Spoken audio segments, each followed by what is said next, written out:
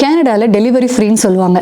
ஆனால் உண்மையை சொல்லணும்னா ஃபுல்லாக ஃப்ரீ கிடையாது. இந்த ஒரு விஷயம் தெரியாமல் நான் ப்ரெக்னெண்ட்டாக இருக்கும்போது ஒரே ஒரு அல்ட்ராசவுண்டுக்கு 85,000 செலவு பண்ணியிருக்கேன். ஸோ நான் பண்ண அதே மிஸ்டேக் நீங்களும் பண்ணிடாதீங்க. ஹாய், வெல்கம் டு டொரண்டோ தமிழச்சி. எல்லோரும் சூப்பராக இருக்கீங்கன்னு நினைக்கிறேன். நீங்கள் கனடாவில் ஒரு எக்ஸ்பெக்டிங் பேரண்ட், இல்லை சீக்கிரமாகவே பேபி பிளான் பண்ணலான்னு இருக்கீங்க, இல்லை இந்தியாவிலேருந்து கனடாவுக்கு புதுசாக வரீங்க அப்படின்னா கண்டிப்பாக எல்லாருக்கும் இருக்கக்கூடிய ஒரு கொஷன், கனடாவில் டெலிவரிக்கு எவ்வளோ செலவாகும். ஸோ இந்த வீடியோவில் நம்ம அதெல்லாமே டீட்டெயில்டாக பார்க்கலாம். நீங்கள் இன்னும் நம்ம சேனலை சப்ஸ்கிரைப் பண்ணலன்னா கண்டிப்பாக சப்ஸ்கிரைப் பண்ணிவிடுங்க. இப்போ வீடியோக்குள்ளே போகலாம்.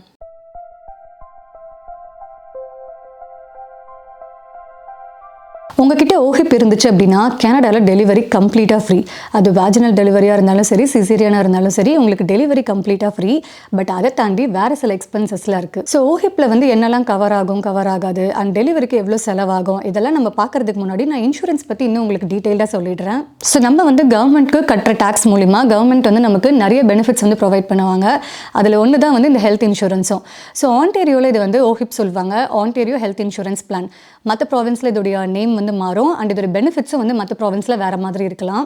பட் ஆன்டேரியோவில் உங்ககிட்ட OHIP இருந்துச்சு அப்படின்னா உங்களுக்கு டெலிவரி கம்ப்ளீட்டாக ஃப்ரீ. பட் அது இல்லை அப்படின்னா இங்கே டெலிவரி ரொம்பவே எக்ஸ்பென்சிவாக இருக்கும். ஸோ ஒன்ஸ் நீங்கள் எலிஜிபிள் அப்படின்னு தெரிஞ்சிருச்சுன்னா கண்டிப்பாக OHIP அப்ளை பண்ணிடுங்க. அண்ட் OHIP அப்ளை பண்ணுறதுக்கான லிங்க், அண்ட் நீங்கள் எலிஜிபிளாக இல்லையா எல்லாமே பார்க்குறதுக்கான லிங்க் நான் டிஸ்கிரிப்ஷனில் கொடுக்குறேன். கண்டிப்பாக அதை செக் பண்ணுங்கள். இன்கேஸ் உங்ககிட்ட OHIP இல்லை அப்படின்னா கூட நீங்கள் ஒர்க் பண்ணுற கம்பெனிலே எம்ப்ளாயிஸ்க்கு ஹெல்த் இன்சூரன்ஸ் கொடுப்பாங்க.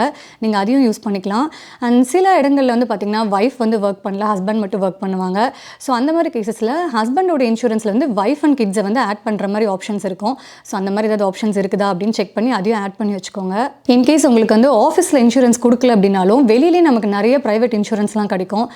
Man U life, discharging, Sun Life, இந்த மாதிரி நிறைய இன்சூரன்ஸ் கிடைக்கும்.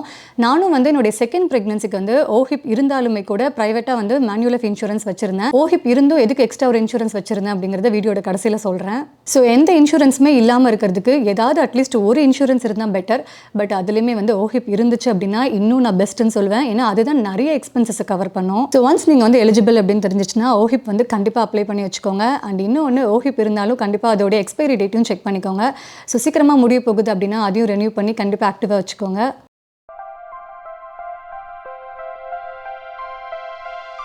இப்போ நம்ம கனடாவில் டெலிவரிக்கு எவ்வளோ செலவாகுதுன்னு பார்க்கலாம். எனக்கும் கனடாவில் 2 டெலிவரி நடந்திருக்கு. ஃபர்ஸ்ட் ஒன் பார்த்திங்கன்னா டொரண்டோவில், அது vaginal delivery. And second one கிச்னரில், அது சிசேரியன். அண்ட் நான் சொல்ல போகிற இந்த செலவு எல்லாமே பார்த்திங்கன்னா பர்சனலாக எனக்கு 2 ப்ரெக்னன்சிக்கான எல்லா செலவும் தான் நான் சொல்ல போகிறேன். அண்ட் இது உங்களுடைய கேஸ் பொறுத்து மாறலாம். ஸோ உங்ககிட்டயும் OHIP இருக்குது அண்ட் உங்களுடைய ப்ரெக்னன்சி ஒரு நார்மல் ஹெல்த்தி ப்ரெக்னன்சி, எந்த காம்ப்ளிகேஷனுமே இல்லை அப்படின்னா கிட்டத்தட்ட இதே அளவு தான் செலவாகும். So first doctor visit. நமக்கு யூஸ்வலாகவே ப்ரெக்னன்சி அப்போ நிறைய டாக்டர் விசிட்ஸ் இருக்கும். ஃபேமிலி டாக்டர் கிட்ட நிறையா இருக்கும், அந்த OB கிட்ட நிறையா இருக்கும்.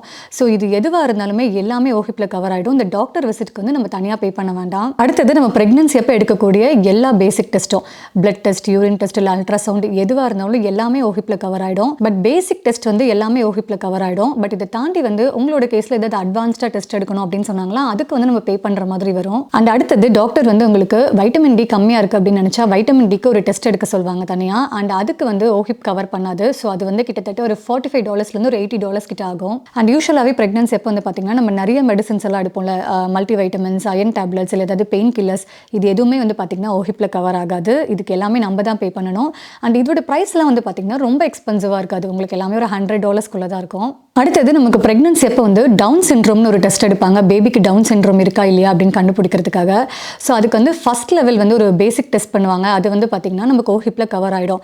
பட் இன்கேஸ் நமக்கு second level, third level test எல்லாம் எடுக்கணும் அப்படின்னா அது OHIP கவர் பண்ணாது. ஸோ அது எல்லாருக்குமே எடுக்கிற மாதிரி வராது. ஸோ ஃபர்ஸ்ட் லெவல்லே உங்களுக்கு நெகட்டிவ் அப்படின்னு வந்துருச்சுன்னா நம்ம எடுக்க வேண்டாம்னு சொல்லுவாங்க. இன்கேஸ் பாசிட்டிவ் வந்துருச்சு அப்படின்னா இன்னும் அக்யூரேட்டாக தெரிஞ்சுக்கிறதுக்காக செகண்ட் லெவல், தேர்ட் லெவல்னு கொஞ்சம் அட்வான்ஸ் டெஸ்ட் எல்லாம் எடுப்பாங்க.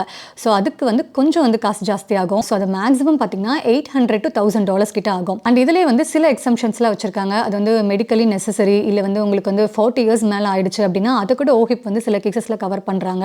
அண்ட் இது எல்லாமே பார்த்தீங்கன்னா உங்களோட கேஸை பொறுத்து மாறும். அண்ட் அடுத்தது ஆம்புலன்ஸ். நம்ம ஏதோ ஒரு எமர்ஜென்சி, ஸோ ஆம்புலன்ஸில் போகணும் அப்படின்னு நினச்சோம் அப்படின்னா உங்ககிட்ட OHIP இருந்தாலும் சரி இல்லைனாலும் சரி கண்டிப்பாக கொஞ்சமாவது சார்ஜ் பண்ணுவாங்க. ஸோ ஆம்புலன்ஸோட ஃபீ பார்த்தீங்கன்னா ஒரு $45 ஒரு $250 வரைக்கும் ஆகும். அண்ட் அதுவுமே பார்த்தீங்கன்னா உங்களோட கேஸ் பொறுத்து தான். ஸோ நீங்கள் வந்து அந்த ஆம்புலன்ஸ் எடுத்தது மெடிக்கலி நெசசரியா இல்லையா அப்படின்றதெல்லாம் செக் பண்ணி அதுக்கேற்ற மாதிரி சார்ஜ் பண்ணுவாங்க. ஸோ இதோடைய அமௌண்ட் வந்து $45 ஒரு $250 வரைக்கும் நம்ம எக்ஸ்பெக்ட் பண்ணலாம். அடுத்தது டெலிவரி. ஸோ இது வந்து நம்ம முன்னாடியே சொன்ன மாதிரி உங்களுக்கு வேஜினல் டெலிவரியாக இருந்தாலும் சரி இல்லை சிசேரியனாக இருந்தாலும் சரி கம்ப்ளீட்டாக OHIPல கவர் ஆகிடும். இதுதான் வந்து நமக்கு இருக்கிறதுல ரொம்ப பெரிய செலவு. ஸோ அது வந்து OHIP கவர் பண்ணிடும். பட் நம்ம டெலிவரி ஆனதுக்கப்புறம் நம்மளை வந்து வேறு ரூமுக்கு ஷிஃப்ட் பண்ணுவாங்க. ஸோ 2 to 3 days வந்து நம்ம அங்கே ஸ்டே பண்ணுவோம். அண்ட் அதில் வந்து அந்த ரூமோட கேட்டகரிஸ் நிறையா இருக்குது. அதில் எல்லா ரூமும் வந்து OHIP கவர் பண்ணாது. ஸோ மோஸ்ட் ஆஃப் த ஹாஸ்பிட்டல்ஸில் வந்து பார்த்திங்கன்னா 3 டைப் ரூம் வச்சுருப்பாங்க. ஒன்று வந்து வார்ட் ரூம், அதில் வந்து 4 பேர் இருப்பாங்க, அதாவது 4 பேஷண்ட்ஸ் இருப்பாங்க, அது வந்து OHIP கவர் பண்ணிடும். பட் இன்னும் 2 வந்து பார்த்திங்கன்னா semi private and private room. Semi private ரூமில் வந்து 2 பேஷண்ட்ஸ் தான் இருப்பாங்க அண்ட் ப்ரைவேட் ரூமில் ஒருத்தவங்க தான் இருப்பாங்க. ஸோ இதெல்லாம் வந்து OHIP கவர் பண்ணாது, நம்ம தான் பே பண்ணணும். அண்ட் இந்த இடத்துல வந்து உங்களுக்கு ஆஃபீஸில் கொடுக்குற இன்சூரன்ஸ் இல்லை நீங்களே ப்ரைவேட்டாக இன்சூரன்ஸ்லாம் எடுத்து வச்சிருப்பீங்களா, இந்த இன்சூரன்ஸ்லாம் தான் உங்களுக்கு ஹெல்ப் பண்ணும். மோஸ்ட்லி நிறைய இன்சூரன்ஸ் வந்து பார்த்தீங்கன்னா இந்த ரூம் சார்ஜஸை கவர் பண்ணுவாங்க. பட் எல்லாருமே 100% கவர் பண்ணுவாங்கன்னு சொல்ல முடியாது. 50%, 60% எல்லாருமே ஒரு அமௌண்ட் வச்சுருப்பாங்க. ஸோ உங்களுக்கு வந்து நீங்கள் 3rd trimester இருக்கும்போது ஹாஸ்பிட்டல் டூர் அப்படின்னு சொல்லிட்டு நிறைய ஹாஸ்பிட்டலில் ஒன்று பண்ணுவாங்க. ஸோ நீங்கள் வந்து எங்கே பேபி டெலிவர் பண்ண போகிறீங்க, எந்த மாதிரி ரூமுக்கு ஷிஃப்ட் ஆவீங்க அப்படின்னு எல்லாமே உங்களுக்கு காட்டுவாங்க. அண்ட் அந்த டைமில் உங்களுக்கு ஹாஸ்பிட்டலில் அந்த ரூமோட சார்ஜ் என்ன அப்படின்னு தெரிஞ்சிருச்சுன்னா நீங்கள் என்ன இன்சூரன்ஸ் வச்சுருக்கீங்களோ அவங்களுக்கு கால் பண்ணி நீங்கள் கன்ஃபார்ம் பண்ணிக்கோங்க எந்த அமௌண்ட் வந்து கவர் பண்ணுவாங்க அப்படின்னு. ஸோ முன்னாடியே நம்ம தெரிஞ்சிட்டோம் அப்படின்னா அதுக்கேற்ற மாதிரி பிளான்டாக இருக்கலாம். ஸோ எனக்கு வந்து செமி ப்ரைவேட் ரூம் தான் வந்து நான் எடுத்திருந்தேன். எனக்கு வந்து ஒரு நாளைக்கு $300 சார்ஜ் பண்ணாங்க. இதே வந்து ப்ரைவேட் ரூம் எடுத்தோம் அப்படின்னா அதை விட கொஞ்சம் தான் ஜாஸ்தி, $350 ஆச்சு. அண்ட் இதுவுமே வந்து பார்த்தீங்கன்னா ஹாஸ்பிட்டல் பொறுத்து ரூம் பொறுத்து எல்லாமே டிஃபர் ஆகும். ஸோ இதெல்லாம் தான் வந்து பார்த்தீங்கன்னா நமக்கு மெயினாக ஆகக்கூடிய செலவு. நான் இந்த வீடியோவில் வந்து கனடாவில் டெலிவரிக்கு எவ்வளோ செலவாகும் அப்படின்றத பற்றி மட்டும் தான் சொல்லியிருக்கேன். பட் இதுவே உங்களுக்கு வந்து கனடாவில் ஒரு ஃபுல் ப்ரெக்னன்சி ஜர்னி எப்படி இருக்கும், அந்த 40 வீக்ஸில் வந்து என்னெல்லாம் நடக்கும். ஸோ அதாவது வீட்டில் வந்து ஒரு ஹோம் கிட் வாங்கிட்டு வந்து நீங்கள் ப்ரெக்னென்ட்னு கன்ஃபார்ம் பண்ணிட்டீங்க. அண்ட் அதிலிருந்து உங்களுக்கு ஹாஸ்பிட்டலில் குழந்தை பிறக்கிற வரைக்கும் என்னெல்லாம் நடக்கும், ஸோ எந்த ட்ரைமஸ்டரில் என்ன டெஸ்ட் இருக்கும், எத்தனை அல்ட்ராசவுண்ட் இருக்கும், ஃபர்ஸ்ட் டைம் ப்ரெக்னென்ட்னு கன்ஃபார்ம் பண்ணதுக்கப்புறம் அடுத்த ஸ்டெப் நம்ம என்ன பண்ணணும், எப்படி ஃபேமிலி டாக்டர் கண்டுபிடிக்கணும், OB ஃபைன் பண்ணணும், ஹாஸ்பிட்டல் கண்டுபிடிக்கணும், இந்த மாதிரி நான் ஒரு ஸ்டேஜாக எல்லாமே டீட்டெயில்டாக வந்து ஒரு ஃபுல் வீடியோ போட்டிருக்கேன். ஸோ அந்த வீடியோட லிங்க் வந்து டிஸ்கிரிப்ஷன் இருக்குது, கண்டிப்பாக அதையும் பாருங்கள்.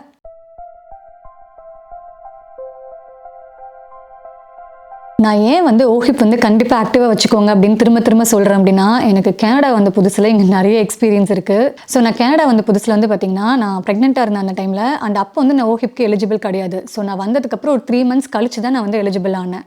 அண்ட் அந்த டைமில் நான் ப்ரெக்னன்சி கன்ஃபார்ம் பண்ணுறதுக்காக ஒரு வாக்கின் கிளினிக் போயிருந்தேன். நாங்கள் வந்து $100 சார்ஜ் பண்ணாங்க. ஸோ அதோட முடிஞ்சிருச்சு. அடுத்த OB விசிட்குள்ளே நமக்கு வந்து OHIP வந்துடும், ஸோ இதுக்கு மேலே செலவாகாது அப்படின்னு நான் நினச்சிட்டு இருந்தேன். பட் அன்ஃபார்ச்சுனேட்லி பார்த்தீங்கன்னா திடீர்னு ஒரு பிரச்சனை. ஸோ நான் வந்து எமர்ஜென்சிக்கு போகிற மாதிரி ஆயிடுச்சு.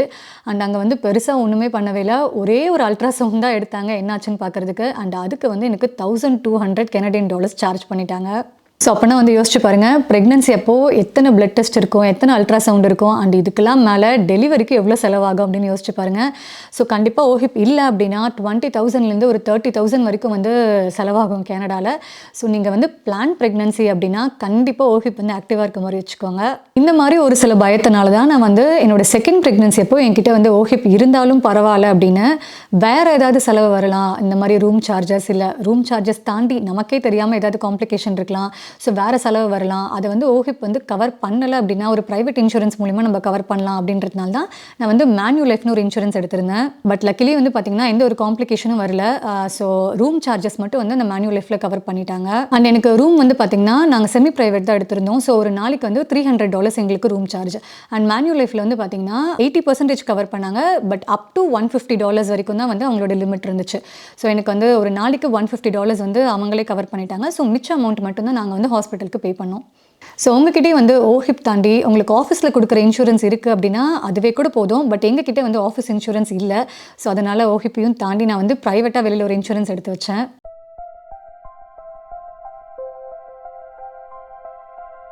எனக்கு இங்கே வந்து ரொம்பவே ஷாக்கிங்காக இருந்த ஒரு விஷயம் என்ன அப்படின்னு பார்த்தீங்கன்னா, இங்கே டெலிவரிக்கு அப்புறம் வந்து ரொம்பவே சீக்கிரமாகவே டிஸ்சார்ஜ் பண்ணுற மாதிரி இருக்குது. ஏன்னா என்னுடைய ஃபர்ஸ்ட் டெலிவரி வந்து பார்த்தீங்கன்னா வேஜினல் டெலிவரி. அதில் வந்து நான் 2 nights ஸ்டே பண்ணேன் ஹாஸ்பிட்டலில். அண்ட் 3rd day வந்து மார்னிங்கே என்னை டிஸ்சார்ஜ் பண்ணிட்டாங்க. அண்ட் சிசேரியனில் வந்து இன்னுமே ரொம்ப ஷாக்கிங்காக இருந்துச்சு. ஒரு நைட் இருந்தேன் அண்ட் நெக்ஸ்ட் டே நைட் வந்து என்னை டிஸ்சார்ஜ் பண்ணிட்டாங்க. ஸோ 2 நாள் தான் இருந்தேன், செகண்ட் டே நைட்டே டிஸ்சார்ஜ் பண்ணிட்டாங்க. ஸோ இந்தியாவிலலாம் வந்து சொல்லும்போது என்னுடைய ஃப்ரெண்ட்ஸ் ஃபேமிலி கிட்ட சொல்லும்போது ரொம்பவே ஷாக்கிங்காக கேட்டாங்க. இங்கெல்லாம் வந்து ஒரு 5-6 நாள்லாம் வச்சிருப்பாங்க, ஒரு வாரம்லாம் வச்சிருப்பாங்க சிசேரியன்னா. ஸோ உங்களுக்கு எப்படி வந்து 2 நாளில் டிஸ்சார்ஜ் பண்ணுறாங்க அப்படின்னா. அண்ட் இதுவுமே வந்து பார்த்தீங்கன்னா எல்லாமே உங்களோட கேஸை பொறுத்து வந்து மாறும். ஸோ உங்களுக்கு வந்து எல்லாமே ஹெல்த்தியாக நீங்கள் இருக்கிறீங்க, எல்லாமே நார்மலாக இருக்குது, அண்ட் பேபியும் வந்து நார்மலாக ஹெல்த்தியாக இருக்காங்க அப்படின்னும் போது சீக்கிரமாகவே டிஸ்சார்ஜ் பண்ணிடுறாங்க. அண்ட் இன்கேஸ் ஏதாவது காம்ப்ளிகேஷன் இருந்துச்சு அப்படின்னா மட்டும்தான் இன்னும் எக்ஸ்டெண்ட் பண்ணி வச்சுக்கிறாங்க. ஸோ ஃபைனலாக பார்த்தீங்கன்னா உங்ககிட்ட OHIP இருந்துச்சு அப்படின்னா நீங்கள் பயப்படவே வேண்டாம். ஏன்னா பெரிய செலவு எல்லாமே வந்து அதை கவர் பண்ணிடும். ஸோ உங்களுக்கு ஒரு பெரிய ரிலீஃப் அதுவே. சின்ன சின்ன செலவெல்லாம் தான் இருக்கும், அது வந்து கண்டிப்பாக மேனேஜபிளாக தான் இருக்கும். ஸோ எல்லாமே வந்து லாஸ்ட் மினிட்ல பண்ணுறத விட முன்னாடியே எல்லாமே பிளான் பண்ணி ரெடியாக வச்சுக்கோங்க. ஸோ எல்லாமே ஸ்மூத்தாக போகும். My best wishes to you.